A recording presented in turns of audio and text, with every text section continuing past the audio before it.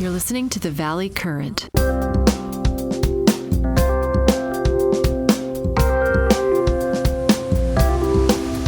So it's literally 4:44 a.m. Right. And the world's richest man is, just lying in bed. The only light in the room is probably just the glow of his smartphone screen. Yeah, a very relatable scenario, honestly. Exactly. But unlike most of us just doom scrolling, he types out this short little sentence, hits send, and then, presumably just tries to go back to sleep. Right. But when he wakes up, that one single impulsive tap on a piece of glass has basically set in motion this legal and financial catastrophe, one that ultimately results in a roughly $3 billion securities fraud judgment. Which is just, it sounds like the opening scene of a financial thriller. Totally. But it's a documented historical reality. And the mechanics of how those few characters typed in the dark, translated into a multi-billion-dollar legal liability, it completely rewires how we should think about corporate communication, personal impulse, and frankly, the boundaries of the law. Yeah, and that's exactly what we're getting into today. Welcome to the Deep Dive. Our mission today is to really unpack that exact moment and the shockwaves it sent through the global financial system. It's a massive topic. It really is. And we're using this highly detailed, deeply analytical, special litigation newsletter from Computer Law Group, LLP. This is dated July 7, 2026. Right.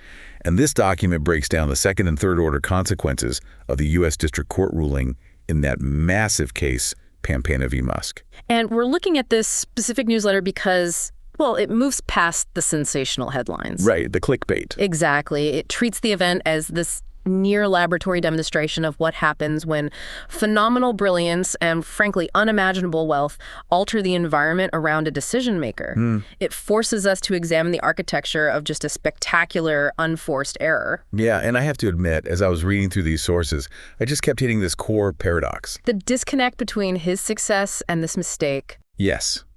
We are talking about an individual whose engineering teams build reusable rockets. Rockets that can land themselves on drone ships in the ocean. Right.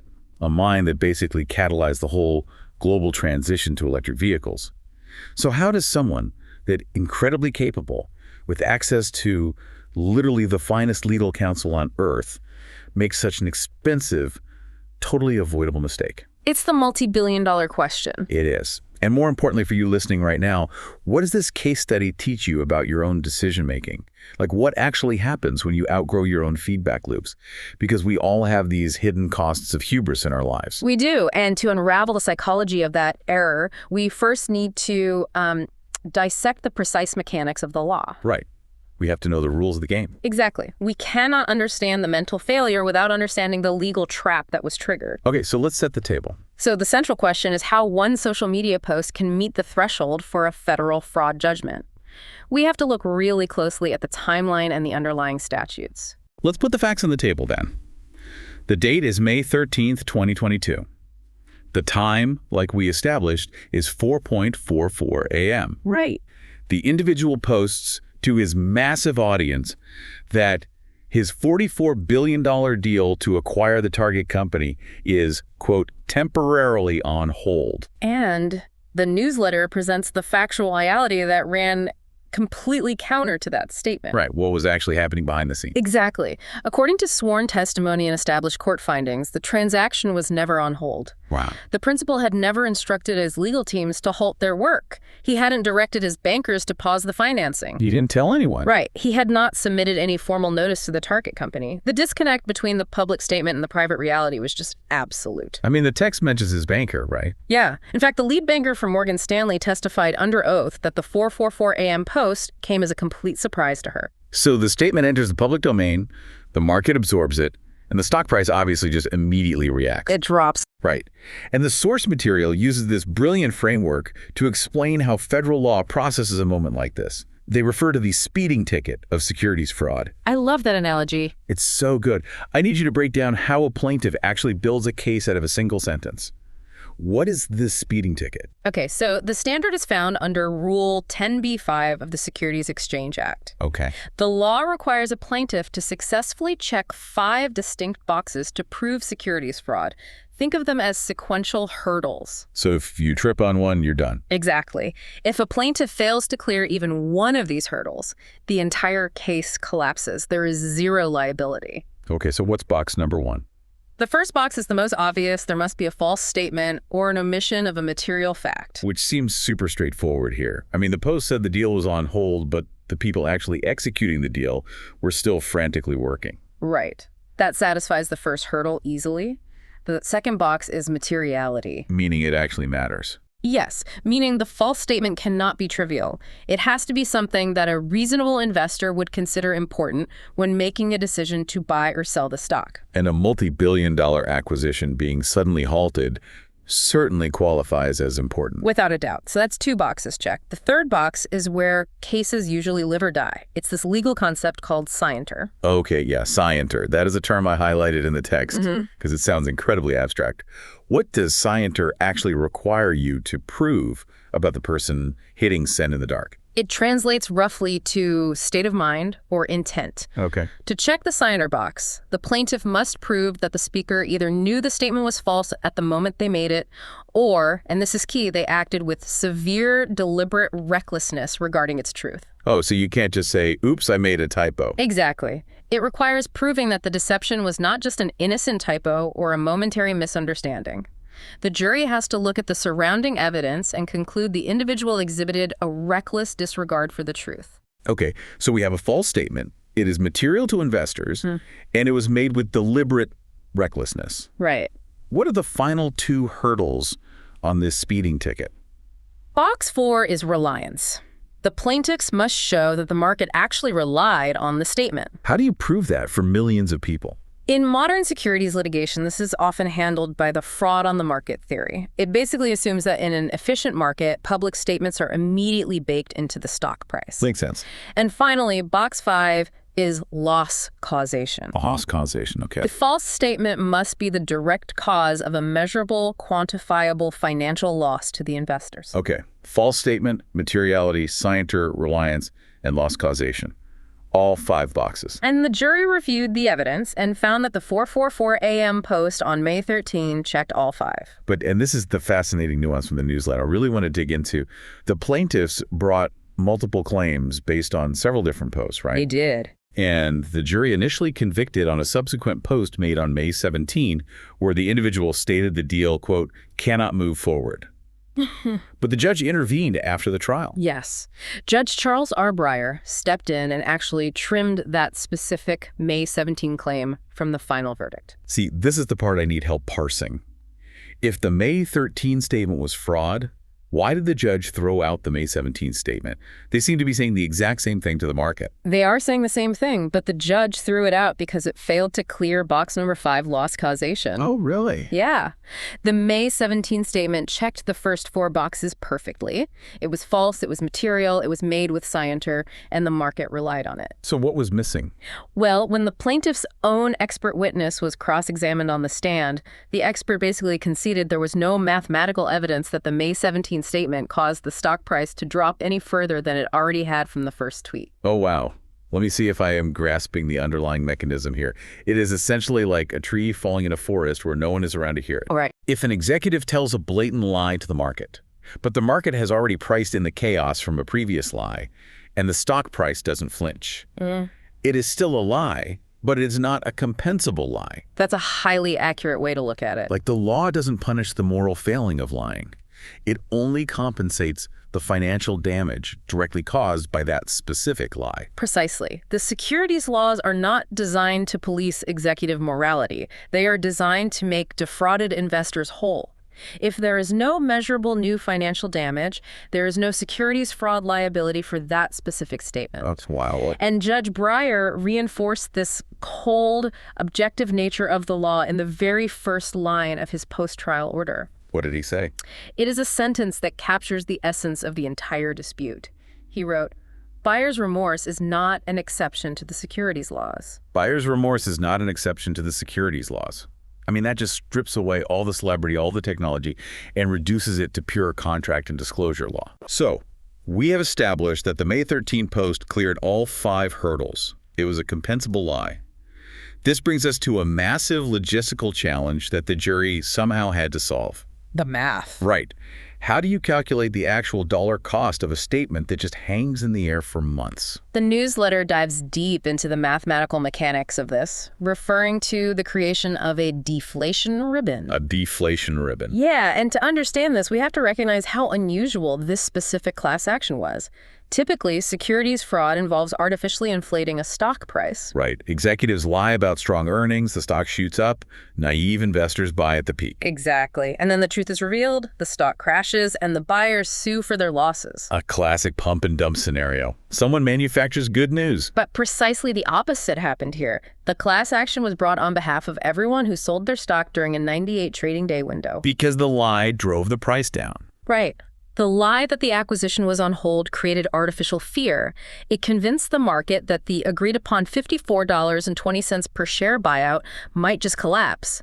Therefore, the stock traded at an artificially deflated price. Well, let me test an analogy here to make sure I'm visualizing this deflation ribbon correctly. Let's say I own a very popular, highly rated local bakery. Okay, I'm with you. I have a line out the door every morning. Then, a famous food critic with millions of followers posts a complete fabrication, claiming my flour supplier had been shut down for severe health code violations. A total lie. A total lie. But the rumor spreads instantly. And the market absorbs that false information. Right. My loyal customers panic.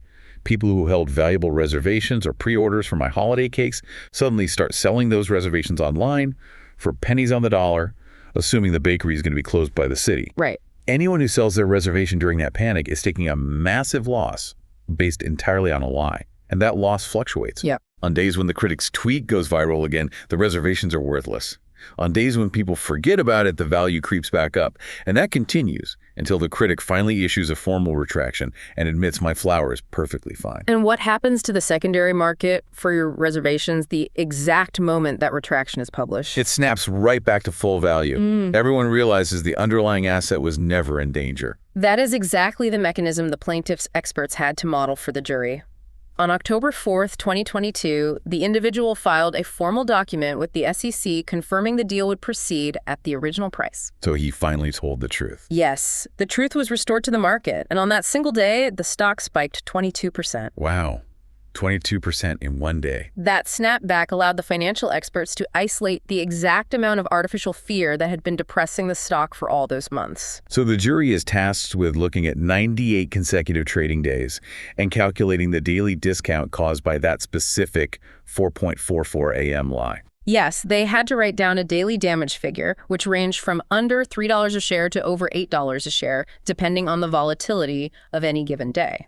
And this leads us to what has to be the most bizarre detail in the entire source document. Oh, the blue ink. The blue ink controversy. It sounds like something out of a television script. Yeah. Walk us through the verdict form for the specific date of August 9th, 2022. Okay, so picture this. The jury was filling out this massive multi-page verdict form with 98 separate entries. One for each day. Right. For the date of August 9, they wrote down the daily deflation figure as $4.20. And crucially, it was the only entry on the entire document written in blue ink.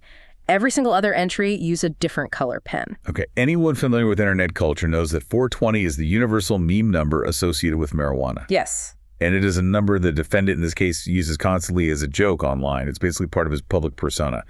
So his legal team sees $4.20 written in a unique color of ink on a multi-billion-dollar verdict form. How do they react?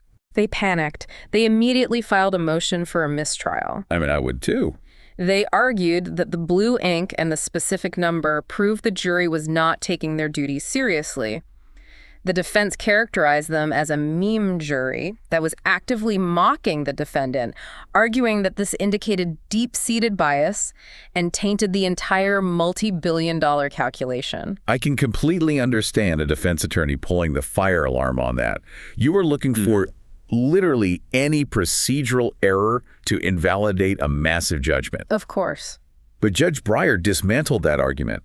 What was his rationale for upholding the verdict despite this weird blue ink anomaly? The judge's rejection was just highly methodical. First, he examined the physical document and noted that the jury had utilized several different pens throughout the entire deliberation process. So they were just grabbing whatever pen was close by. Right, meaning the blue ink was likely a matter of convenience, not a malicious, isolated signal.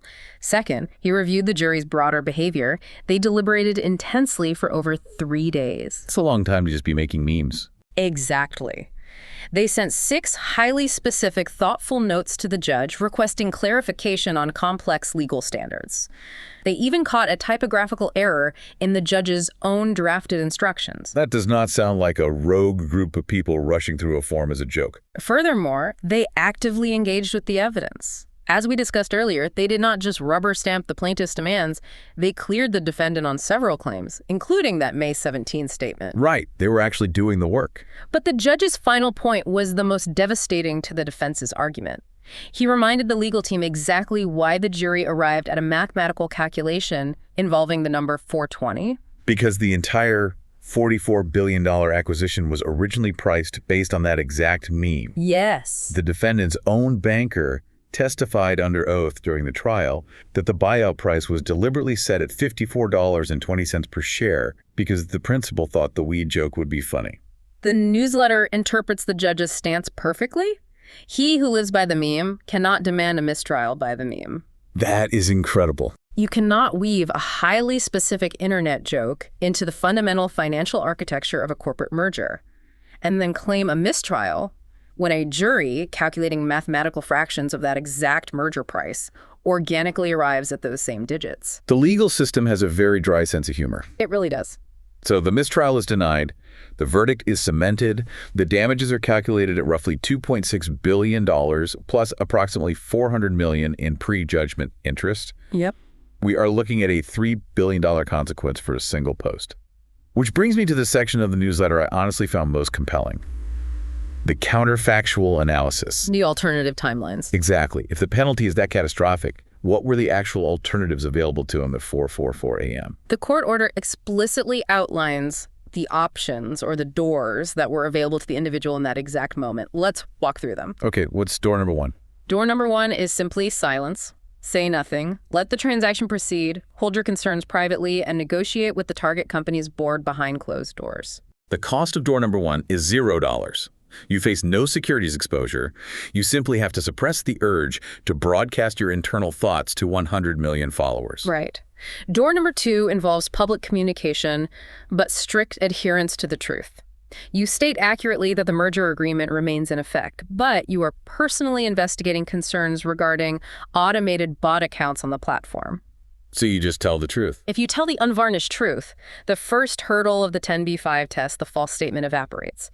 Even if the market panics and the stock drops based on your true statement, it is completely lawful. You cannot be penalized under fraud statutes for accurately describing reality. The cost of door number 2 is also $0 in legal liability. Exactly. But the individual bypassed doors 1 and 2 entirely and walked straight through door number 3. Door number 3 is the affirmative misrepresentation, stating the deal is temporarily on hold when the legal and financial reality dictates otherwise. That door cost $3 billion and permanently attached a federal fraud finding to his record. But the newsletter doesn't stop with the judge's 3 doors.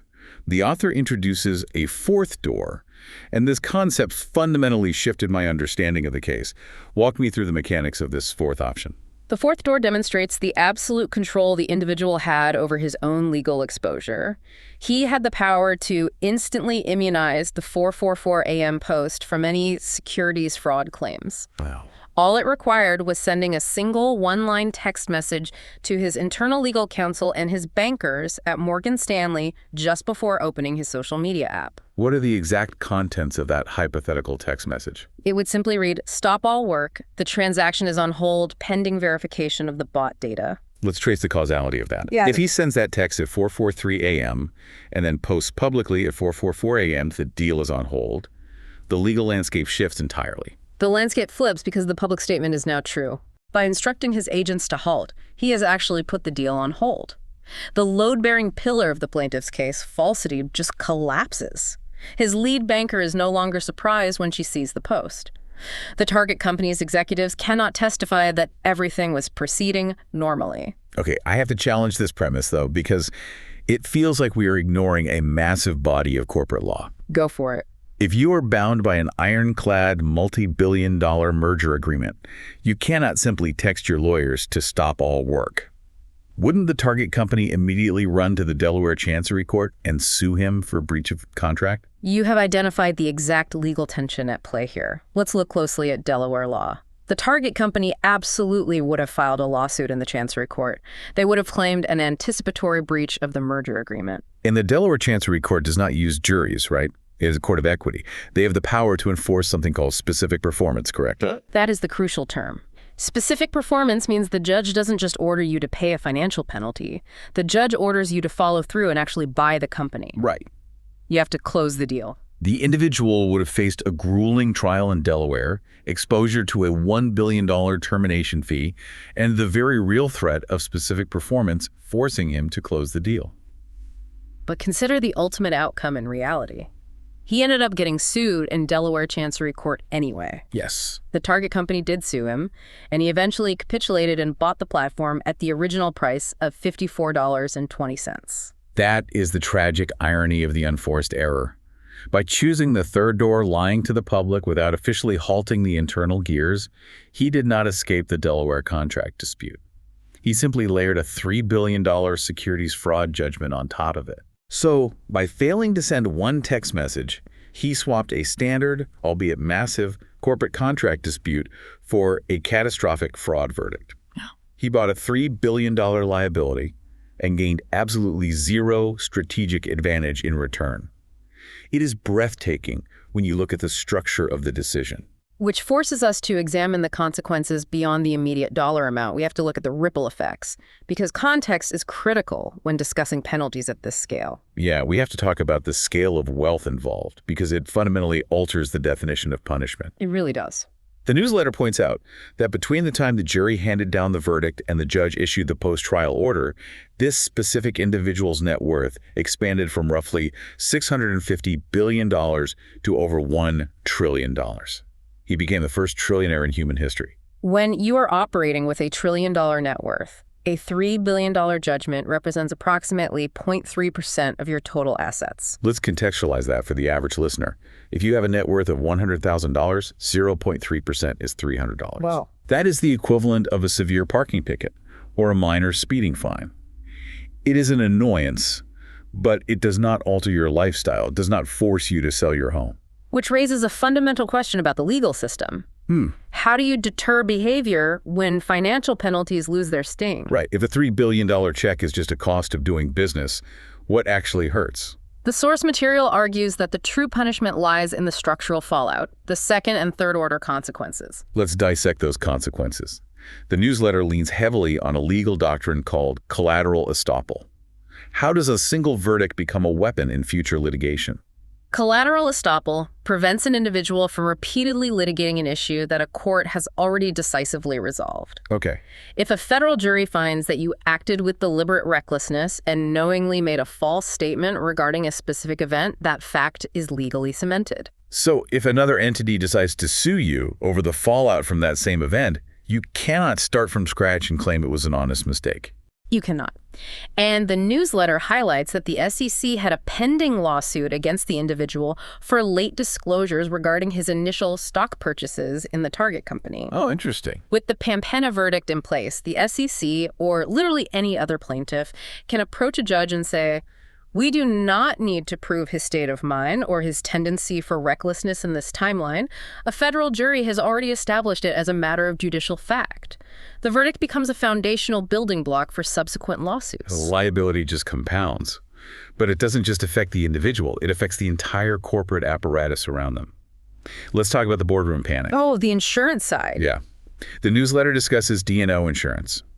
Explain how this verdict sends shockwaves through the underwriting industry. So D&O stands for Directors and Officers Liability Insurance. It is the invisible safety net of corporate America. Companies pay massive premiums to protect their executives from personal financial ruin if they are sued for decisions made in their official capacity. It allows leaders to take calculated risks without fearing personal bankruptcy. But insurance policies always have exclusions. And the universal exclusion in D&O policies is for adjudicated deliberate dishonesty or fraud. An insurance company will cover a negligent mistake, but they will not indemnify a leader who intentionally lies to the market. So the exact moment the jury checks the signature box, the insurance company formally steps away. The executive is entirely on the hook for the multi-billion-dollar bill. Personally on the hook. Now, for a trillionaire, paying out of pocket is trivial. But consider the third-order consequence for every other corporation. Insurance underwriters globally are suddenly forced to reprice what the newsletter brilliantly coins principal tweet risk. Principal tweet risk, that has to be terrifying for a corporate board. Imagine you are an underwriter assessing a tech giant run by a highly vocal celebrity founder. You now have empirical proof that a single social media post, fired off in the middle of the night, can generate $3 billion in unindemnifiable liability. The premiums must skyrocket. The cost to insure those boards skyrockets. And corporate directors will begin demanding legally binding covenants in their operating agreements, strictly dictating what a CEO is permitted to say online during sensitive negotiations. The 4.44 a.m. impulse effectively rewrites how Wall Street drafts merger agreements. It does. And that ties directly into how the SEC views social media as a whole. The newsletter traces the legal lineage back to a specific incident in 2013 involving Netflix. Yeah, in 2013, Reed Hastings, the CEO of Netflix, posted on his personal Facebook page celebrating that users were watching 1 billion hours of content a month. Which is great news, but... But the SEC investigated because that was material information that had not been released through official channel. The SEC ultimately decided not to punish Hastings, but they used the incident to issue a landmark ruling. Right. They did. They stated that an executive social media feed could be considered an official regulatory disclosure channel as long as investors had been adequately warned to look there for news. The SEC opened the door in 2013. The 2026 Pampena verdict basically kicks the door off its hinges. It serves as the multi-billion-dollar exclamation point on that doctrine. Because it permanently erases the line between casual internet banter and binding corporate disclosure. Right. It undeniably establishes that a post sent from a personal smartphone while lying in bed carries the exact same legal gravity and the exact same exposure to fraud liability as a heavily vetted Form 8K. For those unfamiliar with the terminology, an 8K is a current report that companies must file with the SEC to announce major events that shareholders should know about. An 8K is usually drafted by armies of corporate lawyers, scrubbed for liability, and formally filed. And the court essentially ruled that if the market reacts to your smartphone post like it is an 8K, the law will treat you as if you filed an 8K. So no takebacks. There is no safe harbor for just joking around if billions of dollars in market capitalization shift based on your words. That brings us to the deepest philosophical argument in the newsletter. If the money doesn't actually hurt the trillionaire and the corporate boards adjust their insurance policies, what is the permanent unrecoverable cost of this entire saga? The author argues that the true penalty is the erosion of the one asset that compounding interest cannot manufacture the presumption of truthfulness. The verdict is the market's mechanism for repricing an individual's trust. Repricing trust. Because moving forward, every single time this individual makes a pronouncement about a new product, a financial target, or a strategic pivot, the market applies a discount rate. Exactly. Investors and regulators will constantly ask, is this a factual representation of reality, or is this another 4.44 a.m. impulse? But the legal system, at its core, exists to price honesty into markets. Cynics look at settlements where billionaires pay a fraction of their wealth and conclude the system is broken. Sure, you hear that all the time. But institutionalists look at the Pampena verdict and see the system functioning exactly as designed. An ordinary jury of citizens sat in a courtroom, reviewed the evidence, looked at the most powerful man on earth, and legally labeled his statement a fraud. It's a powerful thought. It proves that the gravitational pull of the law still reaches the very top of the economic atmosphere. Which transitions us into the ultimate diagnostic phase of this deep dive, the why. The psychology of it. Yes. We are analyzing an individual capable of conceptualizing colonies on Mars and engineering paradigm shifts in global transportation. Why do brilliant people make these specific, wildly destructive elementary errors? The newsletter suggests we look outside the legal realm entirely and analyze this through the lens of CRM. CRM, what is that? CRM stands for Crew Resource Management.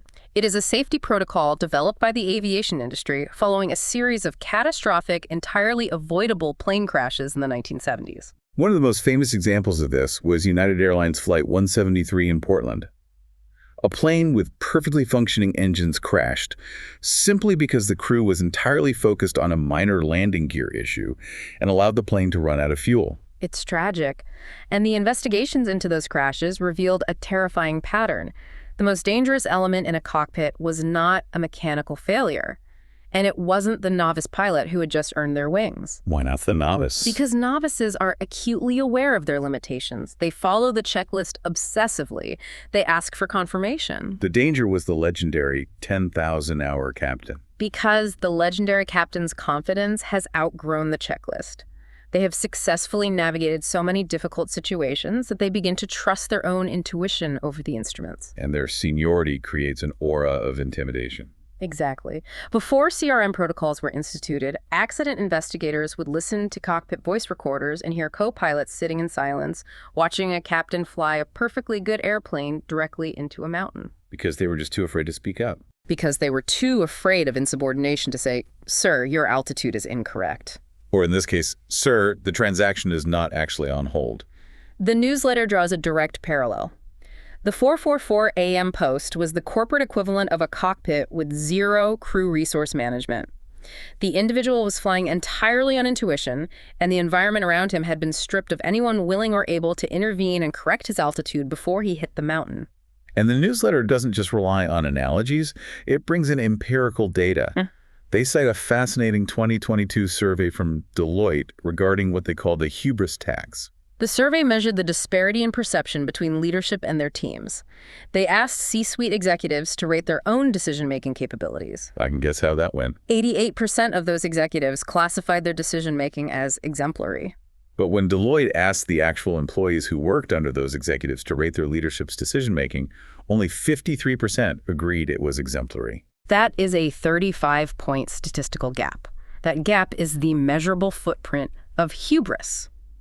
It is the quantifiable distance between your perception of your own brilliance and the reality of your execution. What I find simultaneously fascinating and terrifying is that this is not a modern phenomenon born from Silicon Valley. Not at all. The newsletter provides a historical roster, proving that world historic brilliance rarely translates to flawless judgment across all domains. They point all the way back to Isaac Newton. Sir Isaac Newton, the man who invented calculus and defined the laws of gravity, provides one of the greatest case studies in the hubris tax. In 1720, he invested in the South Sea Company during an extreme speculative bubble. And the context is crucial here. He actually realized it was a bubble initially. He sold his shares and made a handsome profit. Right, he got out early. But then he had to sit by and watch his friends continue to get phenomenally wealthy as the stock kept soaring. The psychology of missing out just overpowered his mathematical genius. He bought back in at the absolute peak of the mania. And when the bubble collapsed, Newton lost the modern equivalent of 20 million British pounds. It nearly ruined him. Which is insane for the guy who literally invented calculus. He famously stated afterward, "I can calculate the motions of the heavenly bodies, but not the madness of people." The newsletter also references long-term capital management in the late 1990s. This was a hedge fund managed by Nobel Prize-winning economists Robert Merton and Myron Scholes. They built what they believed were flawless mathematical models for trading bonds. But their models assumed that markets operate strictly on normal distributions. They failed to account for fat tails, extreme, unpredictable human panics.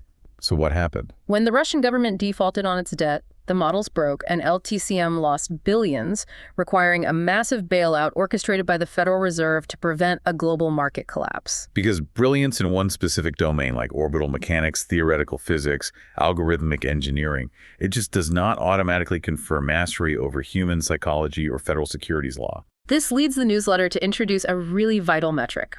We are all familiar with IQ, the measure of raw cognitive processing power. We are familiar with EQ, emotional intelligence. Sure. But the author argues that the defining metric for an individual wielding immense power is CQ consciousness quotient. How does the newsletter define someone with a high CQ? CQ is the capacity to allow a warning signal to penetrate your ego.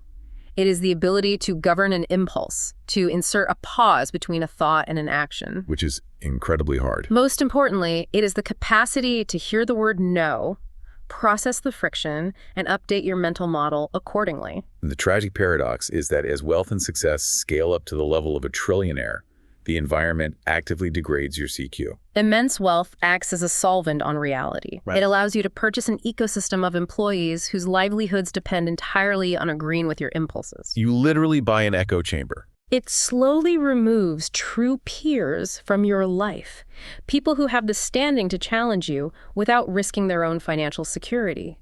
It deeply corrupts the information environment you rely on to make decisions. Think about the different feedback loops at play here. When this individual's company builds a rocket, the feedback loop is instantaneous and incorruptible. Physics doesn't lie. Gravity does not care about your net worth. If your math is wrong, the rocket explodes on the pad. But when you transition from aerospace engineering to corporate strategy and social media broadcasting, you lose the honest feedback of physics. Right. You're surrounded by subordinates who applaud your ideas and millions of followers who hit the like button regardless of what you say. The only honest feedback mechanism left in that corrupted environment is a federal jury handing you a $3 billion judgment. The author categorizes the events of May 13 as a high IQ, low CQ event. The exact same neural architecture that could conceptualize the mass production of electric vehicles failed to engineer a 5-minute pause before hitting send at 4:44 a.m. The newsletter takes this concept one step further, framing hubris not just as a legal liability, but as a biological threat. They introduce a concept called the healthy 100 years. How does the refusal to accept contradictory information actually impact cognitive longevity? The argument is rooted in neuroplasticity. Hubris is, at its core, a commitment to stop updating your mental models. If you believe your intuition is infallible, you stop seeking out new, challenging information. And the brain needs that. Cognitive longevity research consistently associates intellectual rigidity, social isolation from true peers, and a lack of intellectual humility with accelerated cognitive decline. A mind that exerts immense energy organizing its environment so it never has to be contradicted is a mind that is arranging never to be exercised. It is the cognitive equivalent of putting a healthy muscle into a cast. If you surround yourself entirely with yes men, your critical decision-making faculties begin to atrophy. Furthermore, physiologically, a life organized around constant, unnecessary combat, whether in Delaware Chancery Court, federal fraud trials, or social media timelines, forces the body to maintain a chronic stress response, which destroys you over time. The continual flood of cortisol degrades sleep architecture and places immense strain on the cardiovascular system. Unimaginable wealth can purchase access to the world's most advanced medical science, but unchecked hubris can fund the world's most sophisticated avoidance of that advice. Let's pull all of these threads together and bring the implications back to you, the listener. Because while the scale of this case is historic, the underlying mechanics are completely universal. This deep dive isn't fundamentally about a tech billionaire or the granular details of Rule 10b-5 or a $3 billion penalty. It is an invitation to audit the feedback loops in your own life. Take a hard look at your own personal and professional ecosystem. Who in your life holds the standing to look you in the eye and tell you that your brilliant idea is legally dangerous? Who is empowered to tell you that the transaction is not actually on hold? That's the real test. And more importantly, when was the last time you actively proved to them that it is safe to deliver bad news without facing your wrath? If you do not intentionally construct and protect those circuit breakers within your own organization and your own mind, your eventual success will systematically dismantle them for you. I want to leave you with one final thought to mull over as you go about your day. Every single one of us have a 4.44 a.m. impulse lurking inside. We all carry smartphones that connect us instantly to the world. We all experience moments of frustration, overconfidence, or anger. We're human. And we all occasionally formulate a plan or type out a message that we know deep in our gut is not entirely accurate or wise. The ultimate discipline of a well-lived life, whether you are managing a $1 trillion portfolio or navigating an entry-level position, might simply reduce down to the pause. Just a pause. The unglamorous sheer willpower to hesitate before you lash out, before you commit to the exaggeration, before you hit send. Consider what barrier currently stands between you and your worst impulse. If the only thing holding you back is your own unchecked confidence, you may eventually find yourself paying a remarkably steep price. Led by Jack Russo, Computer Law Group LLP is a bespoke business litigation and founder-friendly boutique law firm with offices and licensed attorneys in Silicon Valley, New York, and Tampa Bay. And you can reach Jack at jack@computerlaw.com and his team at www.computerlaw.com, where the newsletter we referred to is published in detail and readily available, commitment-free, with no paywalls or other charges.